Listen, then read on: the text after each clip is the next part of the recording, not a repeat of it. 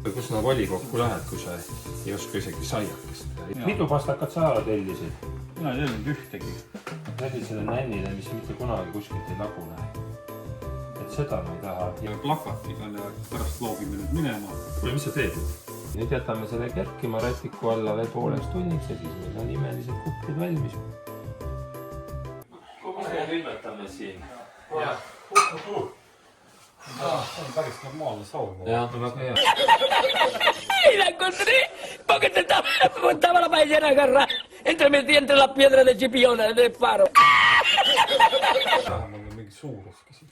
Ja tead, ma mõtlesin see vahepeal, et tekkis nagu küsimus, et miks üldse kandideerida volikokku?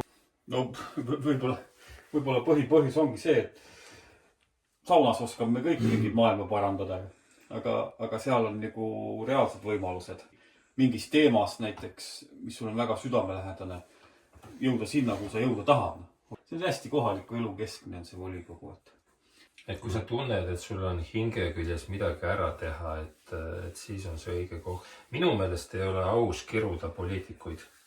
Lähevad sinna pukki, tahavad ainult, ma ei tea, suure palga peale, tahavad mingisuguse piruka peale. Sul on see võimalus, mine ka ja kui sa ei lähe ja ütled, ei, see ei ole minu jaoks, siis sul ei ole tegelikult õigust kiruda ka. Ja võt seda sauna juttu ajada, et kus ma teeks, kui ma läheks. Kandideerime siin on ja pannakse siin reklaamikesi asju üles sotsiaalmeedias, siis loed sealt alt, et oi jumal, käis, see on loll. Aga ole siis ise targem, tule. Ei tohi lasta mõjutada ennast sellistest asjadest ja tulebki Eks see paks nahk kasvab ka, et algul ongi väga hirmutav.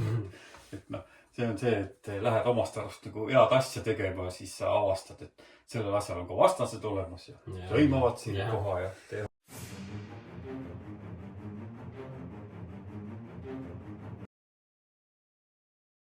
Vaata, see on see demokraatia võlu ka, et kui on välja mõeldud demokraatia, mis iseenesest on ju väga hea, siis seal peavad olema ka inimesed, kes seda demokraatiat nagu veavad. Kui need inimesi ei oleks ju ka demokraatiat.